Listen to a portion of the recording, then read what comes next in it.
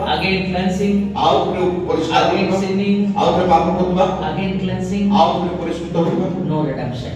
मुक्ति नहीं, परित्राण नहीं। Your sins will be forgiven only in the world. ଆପଣଙ୍କର ପାପ କେବଳ ଏ ପୃଥିବୀରେ କେବଳ କ୍ଷମା ହେଇଥାନ୍ତା। There is a tabernacle. କିନ୍ତୁ ସ୍ୱର୍ଗରେ ଏକ ତମ୍ବୁ ଅଛି। Jesus has to take the blood and enter through the gate.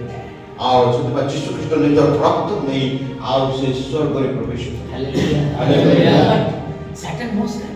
Shaitaan ତାହା So that's why he doesn't want Jesus to rise from death. ସେଥିପାଇଁ ଶୈତାନ ଚାହୁଁନଥିଲା ଯୀଶୁ ମୃତ୍ୟୁରୁ ନର୍ଦିତ ହୁଅନ୍ତୁ। All the sickness on the tomb, ସମସ୍ତ ଅସୁସ୍ଥତା ରୋଗ ସେଇ ସମାଧିରେ, all the curses came on the tomb of Jesus Christ. ଆଉ ସମସ୍ତ ଅଭିଶାପ ଯୀଶୁଙ୍କର ମାନେ ସେ ସମାଧିକୁ ଆସିଲା।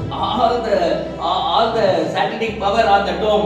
ସମସ୍ତ ଶୈତାନର ଶକ୍ତି ସେ ମାନେ ସମାଧିରେ ଆସିଲା। Now Father put a great power. ସେଥିପାଇଁ ପରମେଶ୍ୱର ମହାନ ଶକ୍ତି ସେଇଠି ପ୍ରଭୁ ଦେଲେ। Moreover, the body is not Jesus' body, it is you and me.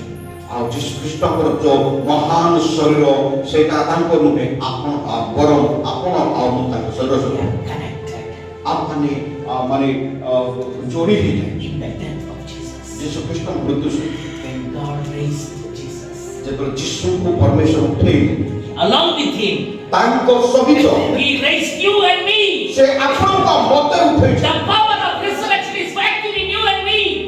ପୁନରୁତ୍ଥାନର ଶକ୍ତି ଆପଣଙ୍କ ମୋତେ ପୁନରୁତ୍ଥାନ କରିଅଛି। Hallelujah. Hallelujah. We have the power of resurrection. ଆମମାନଙ୍କ ପାଖରେ ସେ ମାନେ ପୁନରୁତ୍ଥାନର ଶକ୍ତି ଅଛି। Hallelujah. Hallelujah. How? କେମିତି? Because we were died ଯେହେତୁ ଆମେ ମରିଥିଲୁ, and raised again ଆମେ ପୁନର୍ବାର ଉଠିଲୁ in the baptism. ବାପ୍ତିସ୍ମରେ। Hallelujah. Hallelujah. Romans 6:3-4 में लिखा है, ରୋମିଓ 6:3-4 ରେ ଲେଖା ଅଛି, we were dead ଆମେ ମୃତ୍ୟୁ ହେଲୁ and raised again. ମାନେ ପୁନର୍ବାର ଉଠିଲୁ। You read the Romans 6:3-4. ଦୟାକରି ରୋମିଓ 6:3-4 ପଦ ପଢ଼ନ୍ତୁ। ଯେପରି ଯେତେ ଲୋକ ଖ୍ରୀଷ୍ଟ ଯୀଶୁଙ୍କ ଠାରେ ବାପ୍ତିସ୍ମ ହୋଇଅଛୁ, ସମସ୍ତେ ଯେ ତାହାଙ୍କ ମରଣରେ ବାପ୍ତିସ୍ମ ହୋଇଅଛୁ, ଏହା ବି ତୁମ୍ଭେମାନେ ଜାଣ ନାହିଁ। ଅତଏବ ଆମ୍ଭେମାନେ ବାପ୍ତିସ୍ମ ଦ୍ୱାରା ମରଣରେ ତାହାଙ୍କ ସହିତ ସମାଧିପ୍ରାପ୍ତ ହୋଇଅଛୁ, ଯେପରି ଖ୍ରୀଷ୍ଟ ପିତାଙ୍କ ଗୌରବ ଦ୍ୱାରା ମୃତମାନଙ୍କ ମଧ୍ୟରୁ ଯେଉଁ ପ୍ରକାରେ ଉତ୍ଥାପିତ ହେଲେ, ଆମ୍ଭେମାନେ ମଧ୍ୟ ସେହି ପ୍ରକାରେ ଜୀବନର ନୂତନ ଭାବରେ ଆକ୍ରମଣ କରୁ। ହାଲେଲୁୟା।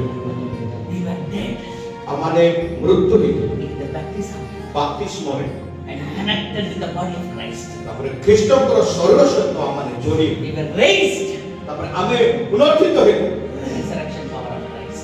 ଖ୍ରୀଷ୍ଟ ଯୀଶୁଙ୍କର ପୁନରୁତ୍ଥାନ ଶକ୍ତି। Hallelujah. Hallelujah. Now what is active in you?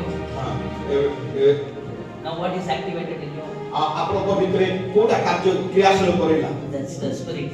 ଆତ୍ମା, The resurrection power. ମାନେ ପୁନରୁତ୍ଥାନ ଶକ୍ତି। Hallelujah. Hallelujah. That's why wherever you go, ତେଣୁ ଦ୍ୱାରେ ବି ଆପଣ ଯାଆନ୍ତି, Satan is not afraid of Modi. ଆଉ ଶୈତାନ ମୋଦିକୁ ଭୟ କରେ ନାହିଁ, Satan is not afraid of Amit Shah. Amit ଶାହକୁ Shaitaan ଭୟ କରେ ନାହିଁ, Satan is not afraid of any gunda, କୌଣସି ଗୁଣ୍ଡାକୁ ଶୈତାନ ଭୟ any କରେ ନାହିଁ, dada, any baba. Satan is not କୌଣସି afraid. ଦାଦା ନାହିଁ କି ବାବା ନାହିଁ, କାହାକୁ ସେ ଭୟ କରେ ନାହିଁ। Satan is not afraid of the terrorist, Atangwadi. ଆତଙ୍କବାଦୀକୁ ମଧ୍ୟ ଶୈତାନ ଭୟ କରେ ନାହିଁ, Satan is afraid of you and me. କିନ୍ତୁ ଶୈତାନ ଆପଣଙ୍କୁ ମୋତେ ଭୟ କରେ। You have the resurrection power. ଯେହେତୁ ଆପଣଙ୍କ ଠାରେ ସେ ପୁନରୁତ୍ଥାନର ଶକ୍ତି Somebody ଅଛି, is coming to attack you. ଆଉ କେହି ଯଦି ଆପଣଙ୍କୁ ଆକ୍ରମଣ କରିବାକୁ ଆସୁଛି, Somebody is coming to do some harm to you. ଆପଣଙ୍କର କୌଣସି ଲୋକ କ୍ଷତି କରିବାକୁ Don't ଆସୁଛି, see that man.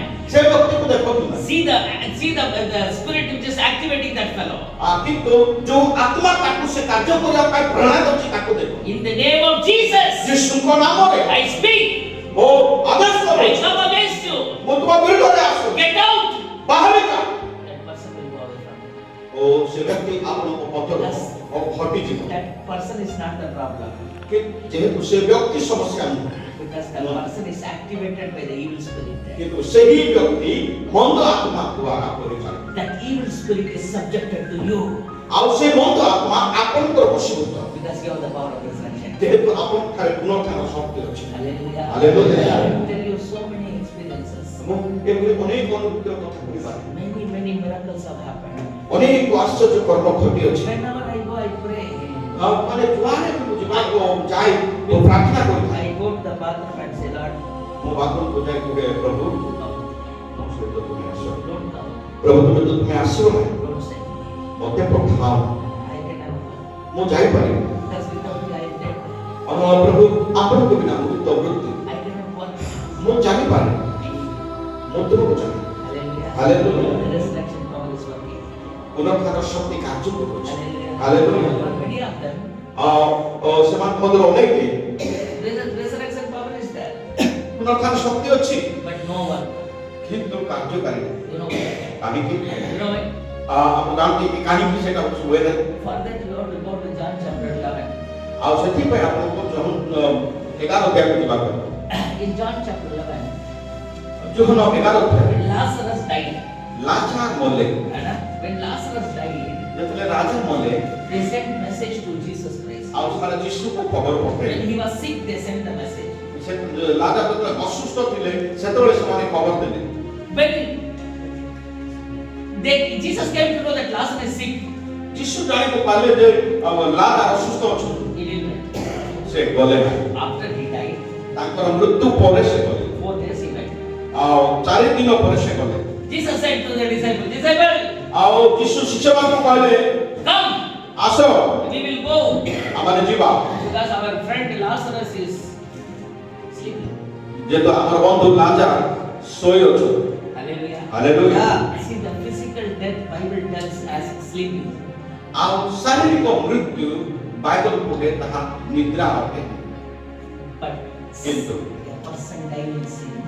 କିନ୍ତୁ ବ୍ୟକ୍ତି ପାପରେ ମରେ When a person sins, ଯେତେବେଳେ ଜଣେ ମଣିଷ ପାପ କରେ Bible says he is dead.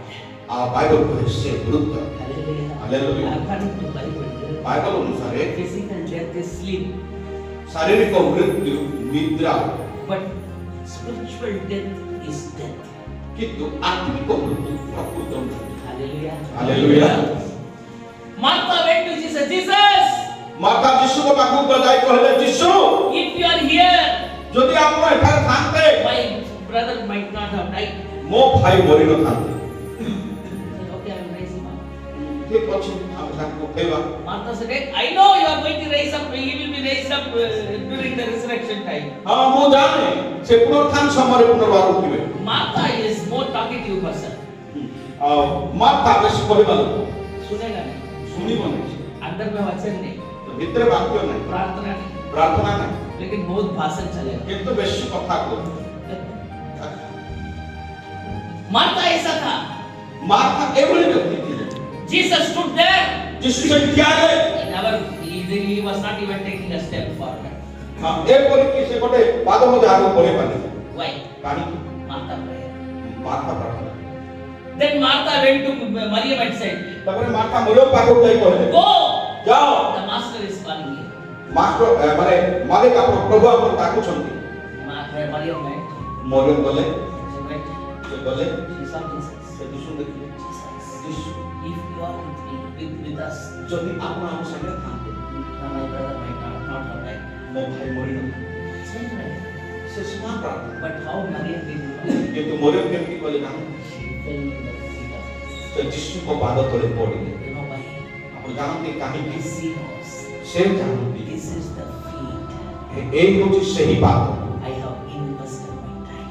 ଆଉ ଯୋଉ ପାଦରେ କି ମୁଁ ମୋର ସମୟ ବ୍ୟତୀତ କଲି Not only my time, କେବଳ ମୋର ସମୟ ନୁହେଁ my ears, ମୋର କର୍ମ my attention, ମୋର ଧ୍ୟାନ my eyes, ମୋ ଆଖି my heart, ମୋ ହୃଦୟ everything. ସମସ୍ତ I have given to this man. ଏଇ ପାଦରେ ମୁଁ ଦେଇଅଛି Not only that, କେବଳ ସେତିକି ନୁହେଁ when Jesus was in the 12th chapter, you can see in the 12th chapter, 12 ଅଧ୍ୟାୟ ଯଦି ଆପଣ ଦେଖିବେ she gave the costly oil. ଆଉ ସେ ବହୁମୂଲ୍ୟ ମାନେ ତେଲ ସେ ଦେଲେ She invested on the feet of Jesus. ଯୀଶୁ ଖ୍ରୀଷ୍ଟଙ୍କ ପାଦ ନିମନ୍ତେ ତାହା ବ୍ୟବହାର କଲେ ମୋର ବନ୍ଧୁମାନେ That is your investment today. ଆଜି ଆପଣଙ୍କର ମାନେ ଖର୍ଚ୍ଚ ଆପଣଙ୍କର ମୂଲ୍ୟ ଦେବାର କାହିଁ Feet of God. ପ୍ରଭୁଙ୍କ ପାଦ Then you are not going to do it. ଯଦି ଆପଣ ତାହା କରୁଛନ୍ତି ଚିନ୍ତା କରିବାର କିଛି ଦରକାର ନାହିଁ hallelujah Just went in God. ଆପଣ ସିଧା ଯାଇକି ତାଙ୍କ ପାଦ ଧରନ୍ତୁ କଣ ହେଲା ଯୀଶୁ କାନ୍ଦିଲେ Went to the door. ଆଉ ସେ ସମାଧିକୁ ଗଲେ Hey, remove the stone. ଓ ପଥର ଘୁଞ୍ଚେଇ ଦିଅ पत्थर ପଥର दूर हो जाओ. ଦୂର ହୋଇଯାଅ बोला କହିଲେ କି ନାଇଁ। ନାଇଁ ନାଇଁ क्यों? ନାଇଁ पत्थर कौन रखा? ପଥର କିଏ ରଖିଥିଲେ तुम रखा। ଆପଣ ରଖିଛନ୍ତି इसलिए तुम उठाना पड़ेगा। ସେଥିପାଇଁ ଆପଣଙ୍କୁ ଉଠେଇବାକୁ लाजरस! ଲାଜର ବାହାରି ଆସ लाजर आ गया। ଲାଜର ଆସିଲେ लेकिन क्या कर रहा है? ହେଲେ କି କ'ଣ କରିବୁ देखता नहीं, ଦେଖୁ ନାହିଁ सुनता नहीं, ଶୁଣନ୍ତୁ ନାହିଁ बोलता नहीं। କହିପାରୁନାହାନ୍ତି क्यों? କାହିଁକି सिर से पांव तक क्या किया है? ମୁଣ୍ଡରୁ ପାଦ ପର୍ଯ୍ୟନ୍ତ କ'ଣ କରାଯାଇଛି बुरा है। Same thing in the church. ଆଉ ଠିକ ମଣ୍ଡଳୀରେ ମଧ୍ୟ They have the resurrection power. ସେମାନଙ୍କ ଠାରେ ପୁନରୁତ୍ଥାନ ଶକ୍ତି ଅଛି They will not speak. ସେମାନେ କହିପାରିବେ They will not see. ସେମାନେ They ଦେଖିପାରନ୍ତି will not think. ସେମାନେ ଭାବନ୍ତି ନାହିଁ They will not give. ସେମାନେ ଦେଇପାରନ୍ତି They cannot walk for God. ପ୍ରଭୁ କରି ମଧ୍ୟ ଚାଲିପାରନ୍ତି You ନାହିଁ know why? ଆପଣ ଜାଣନ୍ତି କାହିଁକି